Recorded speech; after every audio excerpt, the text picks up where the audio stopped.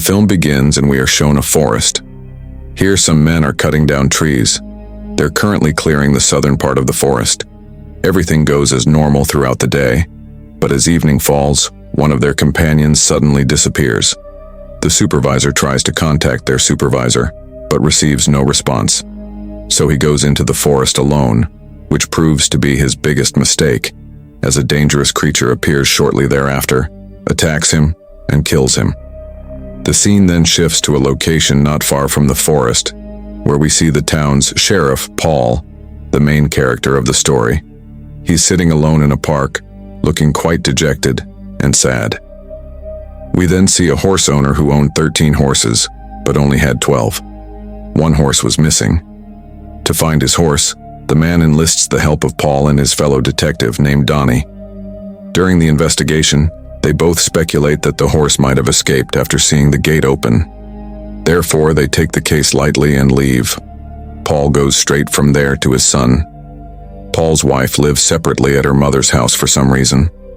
Paul takes his son home and begins cooking dinner. Meanwhile, his son innocently asks Paul, "Dad, when will Mom be with you?" Paul sadly replies, "It'll take time for both of us." While they're still talking, Paul senses someone in the house. When Paul goes to check, no one is there. Unperturbed, he puts his son to sleep and goes to sleep himself. The next morning, when Donnie arrives at Paul's house, he notices animal footprints outside. This leaves Paul quite confused.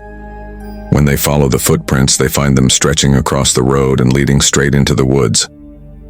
When the two go into the forest, they find some strange footprints there too. Paul inquires about this with the forest department, the forest officials who monitor the forest. The forest department tells him that they neither know anything about this animal, nor have they ever heard of it. These footprints become a mystery, with no solution or explanation. This frightens the townspeople. They try hard to find out about this animal, but find nothing. Finally, he allays their fears by telling them that it was just a joke. Next, we see Paul talking to the church priest. The priest tells him that his dog has suddenly disappeared. This means that there were reports of another animal going missing. Therefore, the father must have filed a report about its disappearance. Meanwhile, we see Donnie, who was in Paul's cabin at that time. Donnie takes out a photo of a child from Paul's drawer and starts looking at it intently.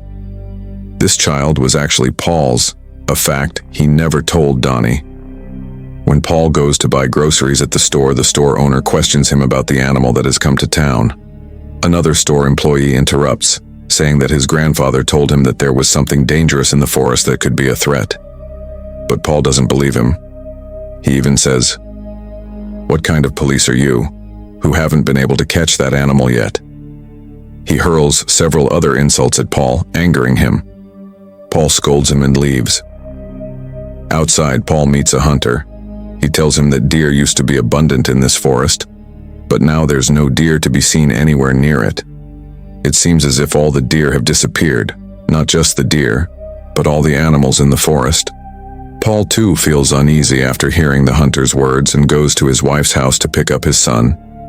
His wife tells Paul that when she and her son went to the park, all the kids there were saying that the demon monster had arrived and that those footprints were his. This frightened Paul greatly. Their conversation also reveals that she had separated 6 months earlier, and for a serious reason. As soon as their conversation was over, his wife sent their son with Paul. While they were on the road, a strange, dangerous creature appeared in front of their car. Subscribe to Movie Crackle, and upon seeing them, quickly ran into the forest. Paul decided to get out of the car to see the strange creature, and to protect his son, he kept him inside. He orders them to stop. When Paul goes into the woods, he finds the horse's owner's missing horse's collar. This leads Paul to believe that this monster creature may have killed and eaten the horse, and that it may have also killed his father's dog. However, he can't see the animal as it has run away. So Paul starts back toward his car. But when he looks inside, he finds his son missing. This shocks Paul. He calls out for his son repeatedly, but there's no response, further increasing his anxiety. Then his eyes fall on his horse, and when he goes inside to check, his son is inside. Seeing him, Paul feels relieved. He meets his son and says, "Thank God he's fine." Meanwhile, we see Donnie, who has come to the hunter's bar. He offers Donnie a drink, and the two begin to talk. The hunter tells him a story about the forest, told by his grandmother. He says that it's believed that spirits reside in this forest. He also tells of a boy who disappeared some time ago, and when found in the forest, was found hanging from a tree 30 feet above, in a very bad condition. Obviously, this couldn't have been done by a human. Therefore, everyone believes that a demon monster lives in the forest, preying on humans and animals on a daily basis. This strikes fear into Donnie's heart. Obviously, she too is a resident of the same place, so her anxiety increases. The next day, Paul and his wife go to their son's school and meet with the principal. The principal complains about his use of the wrong word. She also explains that whenever their son mentions his brother, it sounds as if he's still alive, even though his brother had died some time ago. The same brother, whose photo Donnie found in Paul's drawer. Paul's wife and the principal argue over this, and they leave. Paul passes by a path and sees his son's grave, making him sad. He then spots Donnie standing on the other side, who, upon seeing Paul, approaches. A few minutes later, they hear a strange sound. As they look up at the sky, they see millions of birds flying. The sight of them frightens them both. The hunter tells Donnie that the forest had been destroyed, and it's evident. This means that all the birds are fleeing the forest. The problem is that the birds were supposed to be heading towards the south area, but they're taking the wrong route, which gives them a hint of something strange happening. After listening to Paul, Donnie tells him about his conversation with the hunter. When he mentions the boy's body found in the woods, Paul dismisses it as a murder case because he didn't believe in creatures. Later that night, we see Donnie and Paul's wife. Donnie fixed his car. During their conversation, he tells her the story of his becoming a police officer. Paul's wife also recounts her past. "When I went to my mother's house with my son, my other son and Paul were home alone. Meanwhile, our son went to the swimming pool and accidentally drowned. I distanced myself from Paul, believing he wasn't a responsible father to care for his children. That same night, Paul receives a call from the horse owner. So, he goes to the man's house with Tony. The man was very nervous. He tells them that someone was banging on his door loudly last night. Its voice doesn't sound human at all. So he asks Paul and Donnie to join him in searching for that person or thing, whatever it is. But Paul dismisses it as a child's prank. Just then, he hears a loud noise in the shed. Paul goes inside the shed alone and sees a strange creature that has escaped him in the woods before.